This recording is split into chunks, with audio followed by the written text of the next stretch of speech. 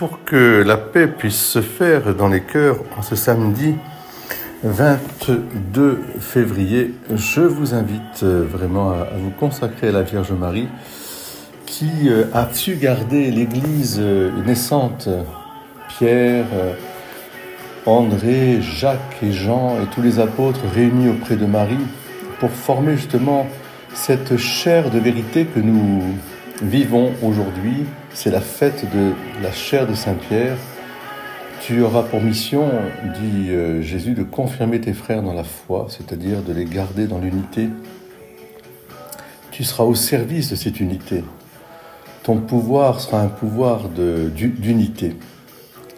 Et c'est la Vierge Marie qui est la première, a été celle qui a gardé l'unité des apôtres après la mort du Christ, après sa résurrection, dans l'attente de la Pentecôte.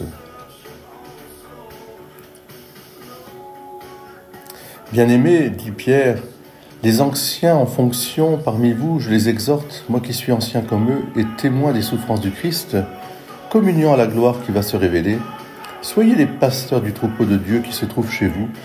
Veillez sur lui non par contrainte, mais de plein gré, selon Dieu.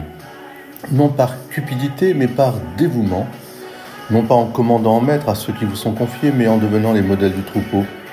Et quand se manifestera le chef des pasteurs, vous recevrez la couronne de gloire qui ne se flétrit pas. Eh bien, de cette chair de Saint-Pierre, je remarque que le modèle qui nous est donné, c'est toujours le bon pasteur et c'est aussi la brebis fidèle au bon pasteur. Il faut, comme Pierre, comprendre cette communion comme témoin, comme communion aussi aux souffrances du Christ, communion à la gloire qui va se révéler, donc dans le mystère vraiment complet de l'incarnation et de la rédemption, de la naissance, de la vie, de la mort du Christ Jésus, ressuscité le troisième jour et monté aux cieux. Que le credo soit pour nous justement cette chair forte, cette chair où la vérité qui est Jésus-Christ se révèle et se communique à tous.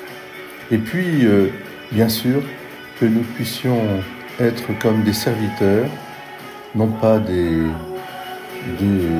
chefs implacables, mais des serviteurs, avec un service, un dévouement, avec, je dirais, un témoignage de vie.